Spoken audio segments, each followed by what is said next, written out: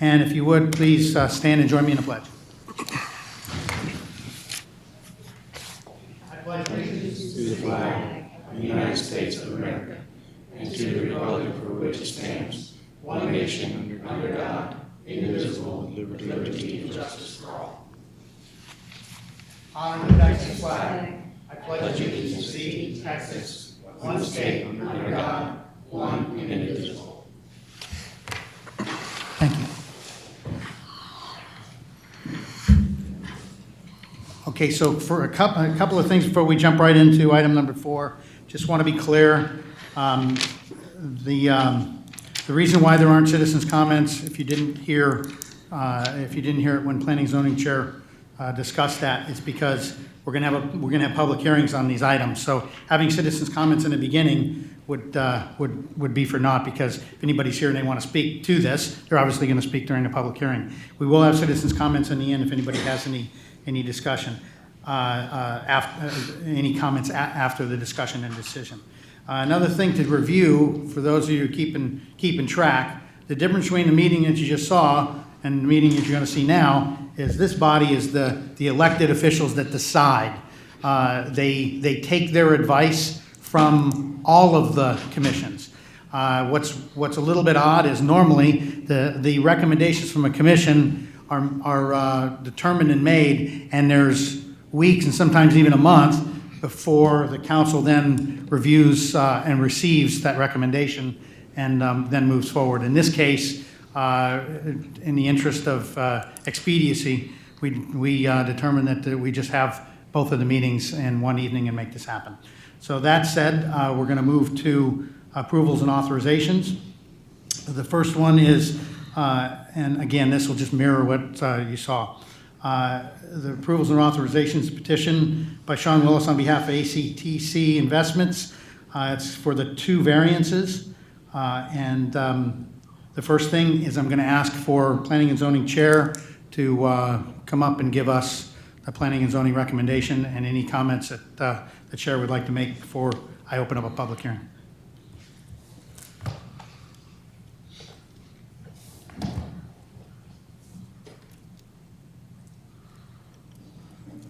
I believe all the city council members were present at the last meeting. If you want, the recommendation I bring forward to city council is the approval of the 2 variances that Mr. Willis brought on behalf of ACTC for the property at, please don't make me try to remember the address, but it was approved unanimously in Planning and Zoning meeting 10 minutes ago at 18875 FM 2252 in Garden Ridge, Texas. Thank you, sir. I'm going to open it up to council to see if they have any questions on your approval before I open up the public hearing. I do want to say one thing to everybody. This obviously is really non-standard to do 2 meetings back to back, but let's make no assumptions. Questions, comments, everything, all the deliberation and decisions have to be on the record, and we're streaming this and it's being recorded. So I ask you to consider that this needs to be every I dotted and T crossed, please. Okay, so before I open up the public hearing, the opportunity to just ask Planning and Zoning if you have any questions about the approval. Now remember, this is just for the 2 variances. We start with this and then we go to the others. Starting on the right side, any questions for Planning and Zoning? Well, I got a quick question. Will they be putting in the septic system? I noticed the approvals and everything. Or will they be waiting for a sewage from the city of Garden Ridge? Because I don't know how long it will take to build this building. If it takes 6 months or what? The way I understand it from reading through the packet, Councilman McCaw, is that they will be planning to put in a septic unless the sewer system is online before they finish their building. That's the way I understand it from the packet. I don't know what else to say. That's the way I understand it reading from the packet. The reason why I ask that is because, and it really doesn't make that much difference in this, it's just more of a curiosity. Years ago, back in the dark ages, when we had septic, well, we still have septic system for everything. That's one of the primary reasons that the impervious cover was only 33%. Because if you had a building with, 30, 40 people, you needed a fairly good-sized septic system and so on and so forth. So that's, I noticed y'all were going to be looking at that. Of course, that's a different subject. Thank you. Ma'am. Sir. Real quick, there is a willingness by the owner to utilize the central wastewater collection system that we have planned, if in fact it's in by the time they get done with construction. So that will eliminate the septic system requirement. But that's not on agenda because we're not, it's actually in the plans because there is no guarantee we'll have the sewer system in. Sir. They got my question. Ma'am. No, not only that, should the plans go forward, as presented, they also have an optional second site for septic. So that would not be a problem with impervious cover and so on and so forth, pervious or impervious. Okay. Sir, do you have anything else to add? No, sir. All right. Don't go far. No, I mean, you can, but don't go far. You know what I mean. Okay, so I'm going to be opening up the public hearing. This public hearing is based on the petition for the two variances, the impervious cover in item 6.1.4.5 and then 6.1.4.3, the side yard variance. Open up a public hearing at 8:08 and ask if anybody has. Remember, you don't have to have signed up for this. Ask you to remember, come on up, say your name and where you live. I don't care how many times you already said it. Say it again. The other thing is that won't count against your time. And then when you're done, please go over to our city secretary and sign on the sheet. So that said, come on up if anyone would like to say anything to council.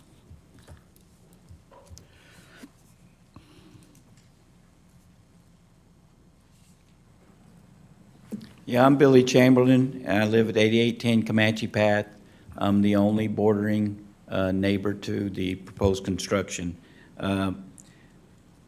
Really, I've already brought up the issues with planning and zoning, kind of disappointed with the outcome, but it directly impacts me as a neighbor. I'm only 50 feet away, and really us and the homeowners have like 4 deals. One thing is the driveway being so close to the residence, actually going in, the mouth going in on the my easement that I maintain and even have a sprinkler system and spend a lot of money with grass, putting dirt down and that, and they're going into that area.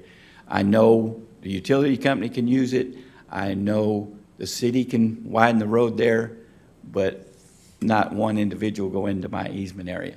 I would like some kind of compromise or something where I'd like it moved 30 feet, but if you could just move it just a few feet where we could have that out of my easement area, I would deeply appreciate it. But my concern, I know that out of the homeowners came up here, we even signed a petition. Within one day, we had over half of us to sign on these issues. But my concern is, or what I've been told in the future, or in the past, I'm sorry, is government is actually supposed to protect the rights of the many, and the rights of the few have to give way. And it's disappointing for the homeowners association. All of us come up here, speak, and they're not listening to 49 homeowners, but you're listening to one commercial builder that's coming in after the fact. We're already here. We moved here. We moved to Garden Ridge because it's a great area. So anyway, the driveway's the biggest issue. I think the owner said she would put in the privacy fence, which would stop the headlights in my area, which would really help. The parking right within 50 foot of my deal, I think, would be a noise issue. We had a concern about drainage, but I think that's been clarified. I don't think there's going to be an issue with drainage. But those are our concerns. So the fence is a start and a compromise. The parking right next to it is an issue, but the driveway is the biggest issue for me as a homeowner being that close. It's actually encroaching into my easement area, and I don't know if it's legal or not. But anyway, thank you. Thank you, sir. Anyone else?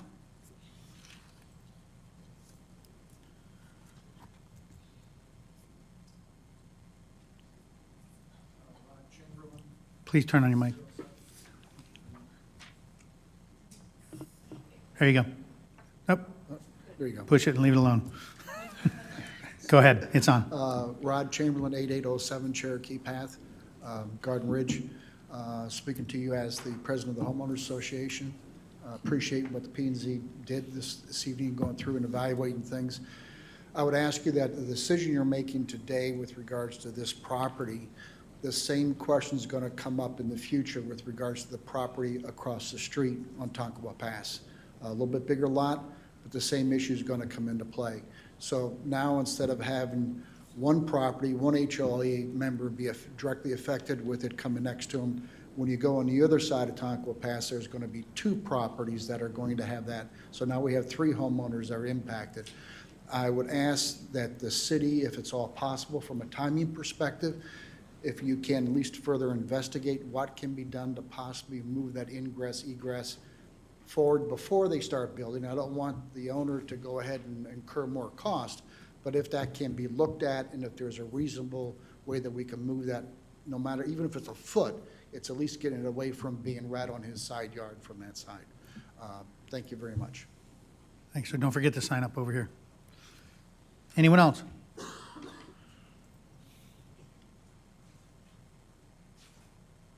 Anyone? Going once, twice, three times. I'm going to close the public hearing at 8:13. And I'm going to move on now to the discussion and turn to council and say that you have planning and zoning, you have the engineer, and you have the petitioner. And would offer up that if you have any questions, comments, or if you want to call any of them up, it is absolutely your role and your right to do so. I'll start over on the right side. I suppose this would be for our city engineer. Questions have come up concerning placement of the ingress, egress. Why is that so far back on the property? Would it make any difference if it were moved up a few feet or something like that? You know, it's way, way over there on the end. I'm just curious. Marisa, can you, there's another slide that was yellow, I think it's early on. It was in my presentation. Yeah. It had a yellow boundary showing that, highlighting that, no, not that one. It's one of the first ones. That one. So that yellow line is highlighting the ingress, egress around the property. And it's called out by the plat. So your question is, why is it like that? Yeah, why is it so far back, and what would... I think the thought was to restrict location of the driveway on anywhere else. The front is along 2252. Yeah. And then you've got the transition on the intersection on Tonkawa. Mm-hmm. So it restricted it to the rear of the property. So to move it would require a replat and a vacation of the easement, and then traffic study, basically to look at the site distances where that driveway would be in relation to the intersection and the grades, site grades. That would, so that would actually take an awful lot of work to redo that, Yes, even a few feet. yes. Okay, thank you. Ma'am. Thanks for that. I appreciate the clarification as well. You know, I learned a lot during the P&Z meeting. Glad I was here. Appreciated the presentation from the architect as well and hearing from the petitioner. That's all I got for right now. Real quick answer to your question, John, it was already brought up. They have that back there so far to eliminate traffic buildup on 2252 for emergency vehicles especially. So if you envision that being down close to the 2252, the entrance, you would have a traffic backup coming out of her property and all the traffic on top of Tualaco Pass. In looking at that, I realized that as in 8 o'clock in the morning or 7:30, there are probably a lot of people heading off to work, and there may be a line there, especially with no light on 2252. But I was still curious about, you know, if you move it a few feet to give it that little extra buffer from the property line, but it sounds like it would be an awful lot of work for you know, moving it a couple feet. And I understand it being there. I thought about what if it were like at the front? Wow, would that be a zoo? So I understand that. Thank you, Brian. Just to follow up with that is Mr. Billy Chamberlain's property is right above there with above the property, 198.77 feet across the back. So there is also that is a separate subdivision, and there is an ingress-egress 1-foot easement that begins at the property line and runs along Tonkawa Pass also. So that's why their driveway is restricted to the other street frontage.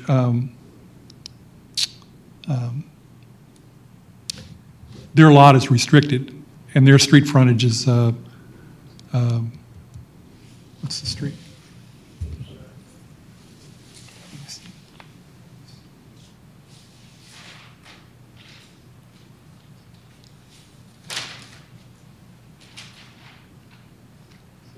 This is the property and the restrictions along here. So their driveway is restricted to Comanche Path. So this would be the only driveway allowed on that side of the road. Okay. So, Mr. Lackey, what I need you to do then is to go back to your mic and tell everybody what you just told him, please. So the adjoining subdivision is Woods of Bracken, and the legal lot is lot number 8 of the Woods of Bracken. Mr. Billy Chamberlain is addressed to Council on Planning and Zoning. So his lot is also restricted by an ingress-egress easement that begins at the corner line of the property and extends up to Comanche Path, which is the next intersection there. So his property is also restricted from accessing Tonkawa Pass with a driveway or crossing. And his driveway access is off of Comanche Path, the street frontage that he has. Okay.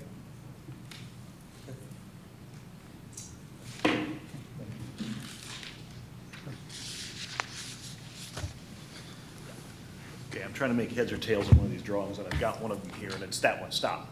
Go back down. I think it's this one right here. Is there any room, and I'm trying to look at where the property line is here, where it lies, just to move that driveway over a couple of feet? Inside of the current plat and the easement, or are you taking up the whole access point? We are right on the edge of that access easement. I mean, it ends right there where our driveway starts. Okay. We are right there, and we have a 20-foot wide driveway access for emergency vehicles. So we're right on the allowable limits. it makes sense. Ma'am? Yes, just to clarify for those who might be watching, or just as a point of order on the planning and zoning, this plat was established literally like 15 years ago or 16 years ago. I believe it was 2004. So that's why it is the way it is.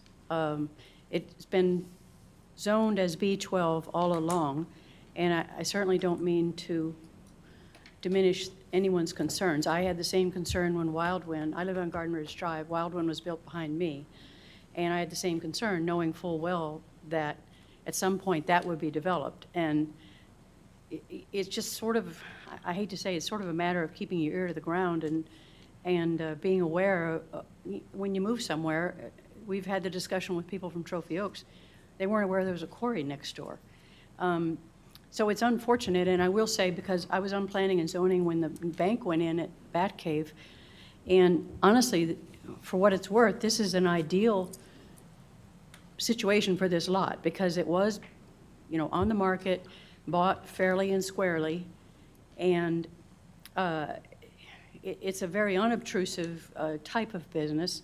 It's zoned properly. The only reason we have, correct me if I'm wrong, the only reason we have a, quote, special use permit is because that's the way the ordinance is read for about 153 years. Not exactly sure why, because it is a legitimate use of this property. So it's actually one of the most desirable uses of the property.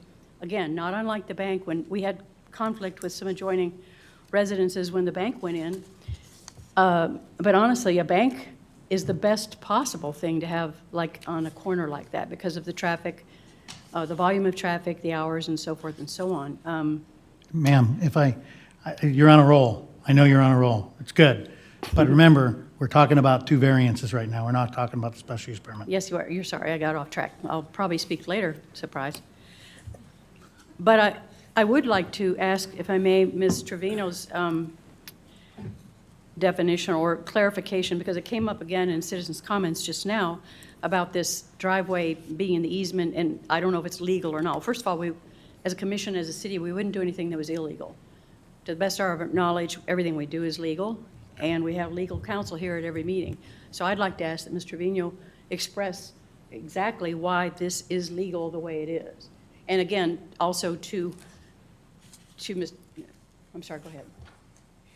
So the first issue here is that we have one private property owner, or there's the concern that one private property owner will be misusing or using access of another private property owners.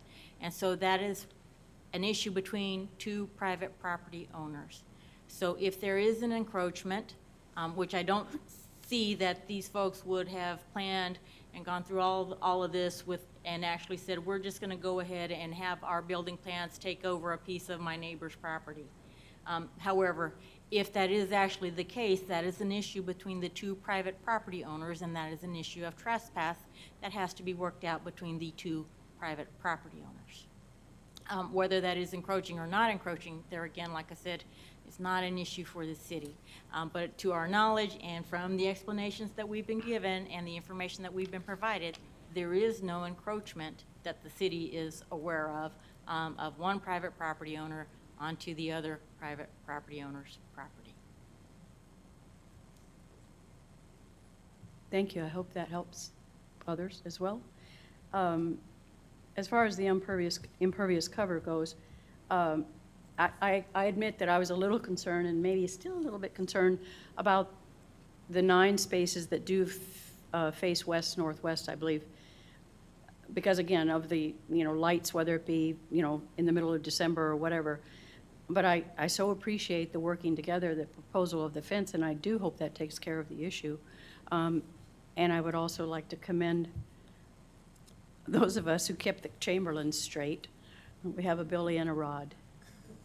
Thank you for that. Okay. I'd like to offer, if the petitioner has anything to add after hearing all that.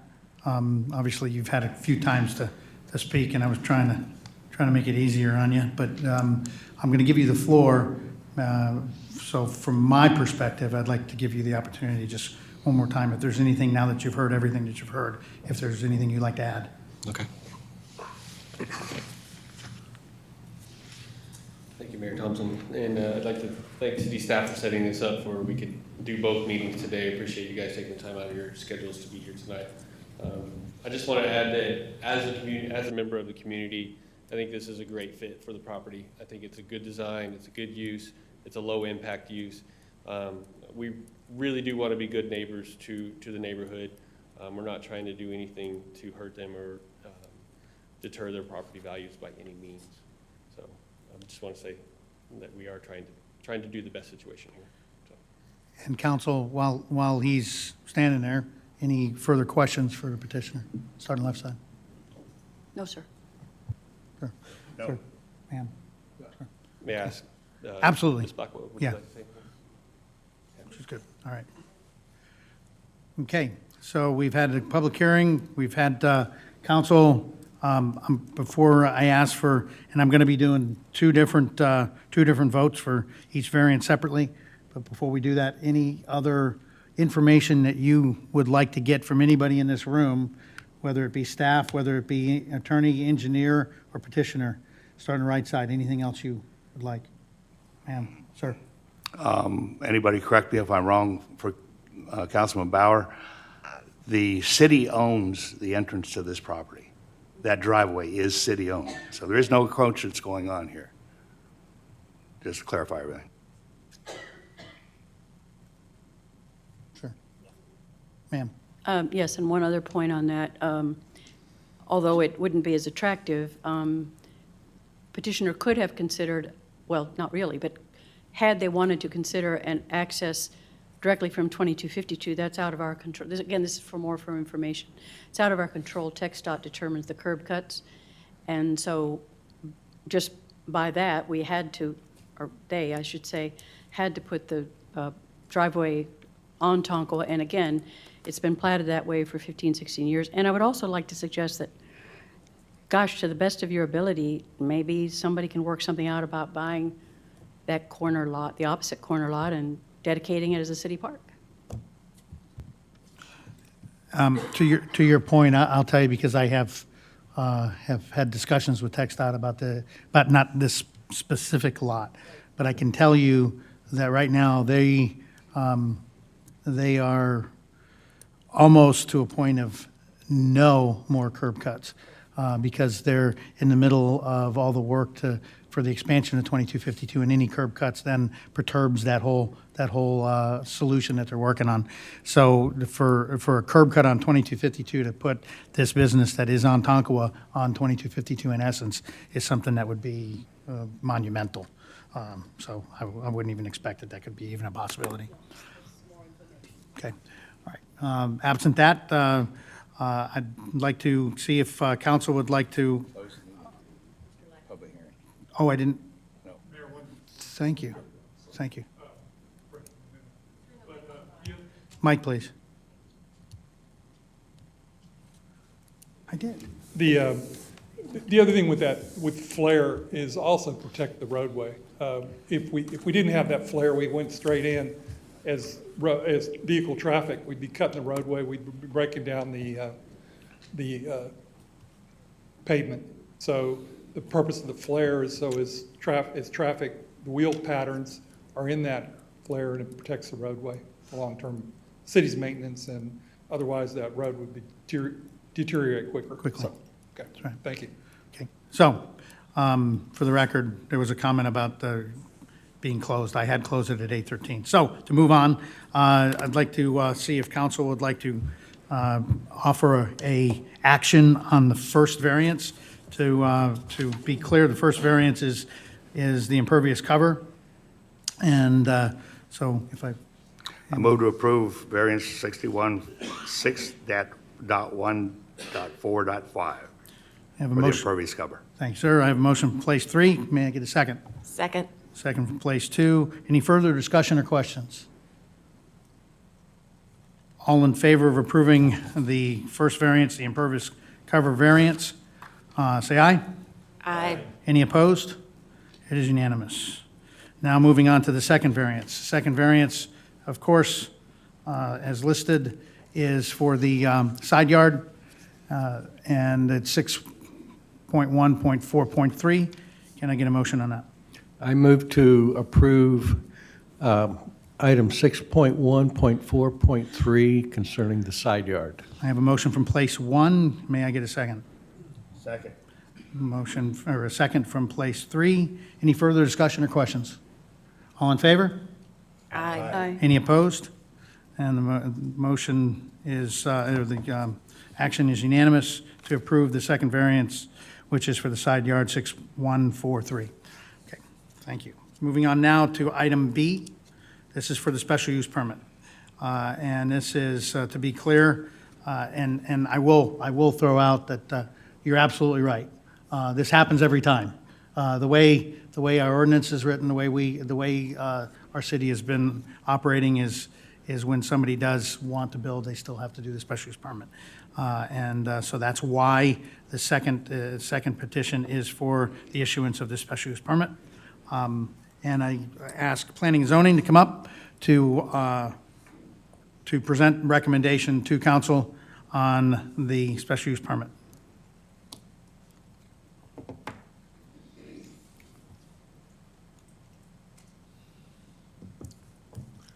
Planning and Zoning Commission just this evening voted and heard in public hearing and from the petitioners, and we voted to send forward to City Council a recommendation for approval of the special use permit on that property at 18875 FM 2252. Okay, sir. Starting over on the left side, any questions for Planning and Zoning? Was that unanimous, sir? Yes, it was unanimous. I left that out, I'm sorry. Sir? Sir? No. Ma'am? Sir? No. Okay. Thank you. Okay, again, I'm going to open up a public hearing. It's going to be at 8:33. And you do not have to have signed up. And again, same rules. Name and address. Doesn't count against you. And then we'll speak. And then when you're done, please go over to our city secretary. Would anyone like to speak during this public hearing on the special use permit?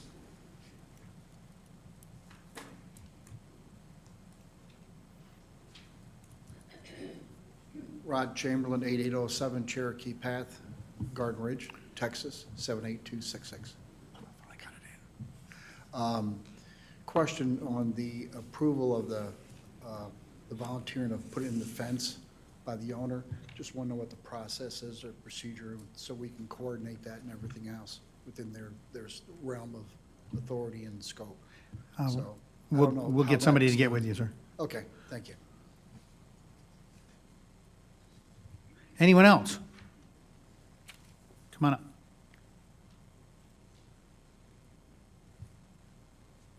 Just, this is Billy Chamberlain again, 818 Comanche Path. We talked about the driveway issue and whatever, and I just looked at it again. And from what comments I've heard is the traffic is in and out of our neighborhood. So Tonkawa heading toward 2252 for her employees and her to go in and out of the neighborhood. So a compromise to me, they wouldn't really need the curve toward the neighborhood because the traffic's not going to be going toward the Forest or Garden Ridge. All the traffic's going to be going toward 2252. So I could see where that curve or the mouth would be needed because that's where all the traffic coming in. Traffic shouldn't be coming in on my side right next to my transformer. And if they just extend that straight and made a straight line and not curve, then that would be a plus. Thank you. Thank you, sir. Anyone else? Once, twice, three times. Okay, I'm going to close the public hearing at 8:35 and turn to council and ask if you have any questions for P&Z, the engineer, petitioner. starting over on the left side. Again, just to clarify, the flare I understand from a structural standpoint, but I believe that's what fire and I think emergency services requires a flare. Do they not from both directions? Because we can't assume they're going to be coming off of Tonkawa. Correct? She says, curiosity. Engineer, go ahead and give an answer. You could do it from there if you'd like. You're correct. Okay, thank you. Anything else, ma'am? Sir? Sir? Okay. And I'm going to ask petitioner if you'd like to add anything to this as well. No, sir. Okay, so what we have in front of us is the petition to have the special use permit for construction operation, one-story building at 18875 FM 2252, Lot 10, Block 12, Forest Garden Ridge subdivision. Absent any other questions for any of the experts that we have here, ask if council would like to offer up a motion. One I more. move. Go ahead, Cynthia, I'm sorry. Mayor, if I could, just because we've had a little bit, or rather a lot of discussion regarding the issue of fencing, and just for clarity, if we can make sure that whatever motion has, if there's a motion coming forward to approve, that we make mention of. Include the fence? Yes, sir. Okay. Include the fence. So for the record, what the attorney has recommended is that if you approve the special use permit, put a contingency, basically saying that there will be a fence. The fence will be added per the original design that had been removed just recently. Is that Yes, what sir. you're saying? Yes, Okay. sir. Got it. Okay. So any action by council on this? I move to approve. Just a second. I move to approve the special use permit, subject to a 6-foot privacy fence, wood privacy fence, put at the property line, the rear property line. Okay, I have a motion from place 3 to approve special use permit with the 6-foot wood privacy fence on the property line. Can I get a second? Second. Place 2 with a second. Any further discussion or questions? Oh, I'd like to amend that to clarify which property line. Rear property line. Well, Okay, you said we're rear. not amending the, Okay, we don't need to amend it. Okay. We're good. Okay. Okay. But You said you rear. can ask a question. No, I don't have any questions. Okay, anything else? Questions, comments? Motion Yes, placed? yes. Go ahead, sir. I'm assuming that privacy fence will conform with the neighborhood standards, variance, ordinances? And not that I'm necessarily Covenants? qualified to answer, but that's what I heard. So, how about if I turn to, I turn to the petitioner's representative? Is that, I heard that. Did you say that? Yes, that is correct. We will build the fence according to the HOA standards. Any other questions? Again, a motion for place 3, second for place 2, to approve the special use permit with that fence as an addendum to the special use permit. Any further discussion or questions? All in favor? Aye. Any opposed? It is unanimous and is approved. Okay, moving on now to item number 5, citizens' comments. You do not have signed up for this. This is 2 minutes for you to come up. If you have anything to say about anything, doesn't even have to be what we talked about tonight.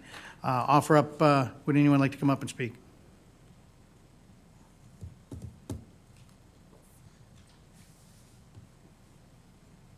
Once, twice, 3 times. I will close citizen comments, item number 5, and move on to item number 6, adjournment. Can I get a motion to adjourn?